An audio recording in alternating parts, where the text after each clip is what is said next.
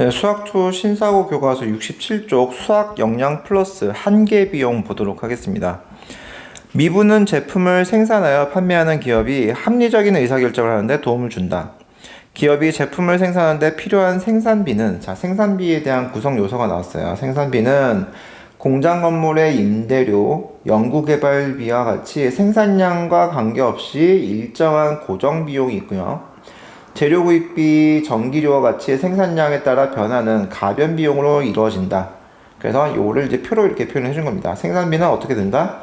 고정 비용이라고 했던 건물 임대료, 공장 건물의 임대료와 또는 연구 개발비 같은 걸 얘기하는 거죠. 연구 개발비를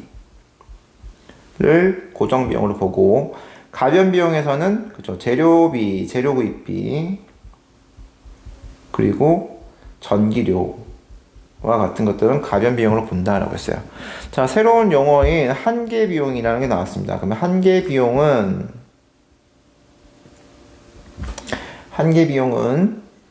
생산량의 증분에 대한 생산비의 증분의 비. 그래서 제품 한 단위를 생산하는 데 필요한 생산비의 증가량을 의미한다.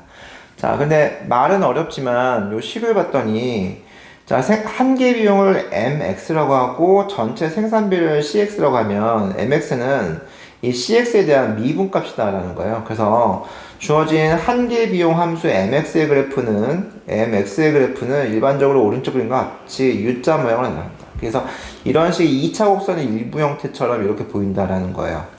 활동 1에서 어떤 기업이 제품 A를 X 단위 생산하는 데 드는 생산비를 CX라고 하면 CX는 지금과 같은 3차식으로 주어졌다고 쳐요. 그러면 우리가 아까 전에 CX를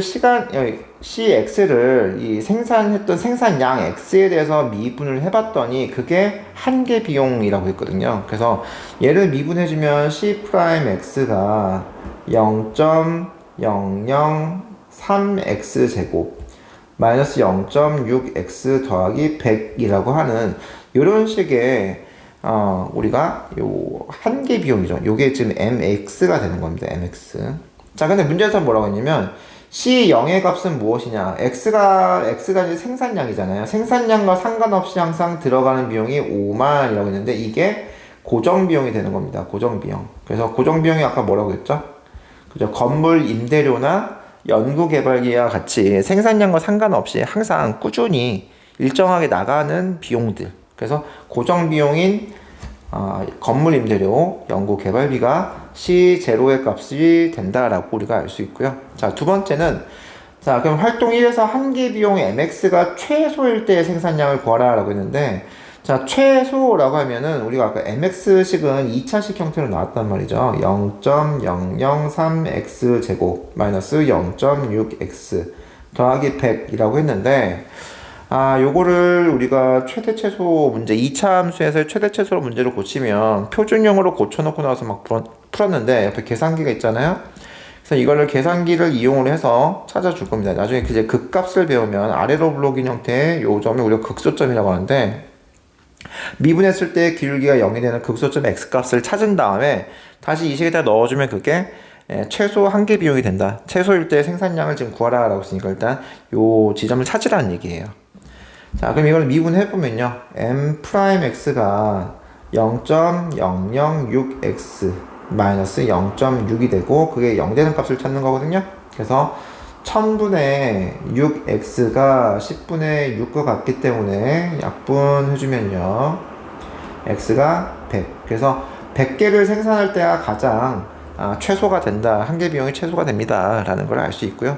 자, 요거는 이제 극소값을 구하는 형태로 제가 지금 찾긴 했지만, 원래 예전에는 어떻게 했냐면 이걸 표준형으로 막 고쳐서 풀었었어요. 그래서 이거를, 선생님 저는 극소를 안 배웠어요. 라고 하면, 그때는 0.003으로 일단 먼저 2차 행위수로 먼저 묶어 주십니다. 그러면 얘는 1000분의 3이니까 1000분의 3은 10분의 6과 어떤 차이가 있는지 봤더니 200분의 1과 관련이 있네요. 그럼 200 하면은 1000, 이 3. 그래서 마이너스 200분의 1x 하고 바깥에 더하기 100이 있는 겁니다. 이렇게.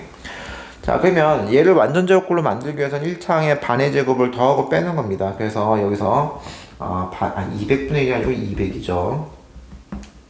네, 200이 됩니다. 200x가 되기 때문에 반의 제곱 더하기 100의 제곱 빼기 100의 제곱을 해주게 됐죠. 그럼 여기서 여기까지가 제곱식이기 때문에 자, 요 mx는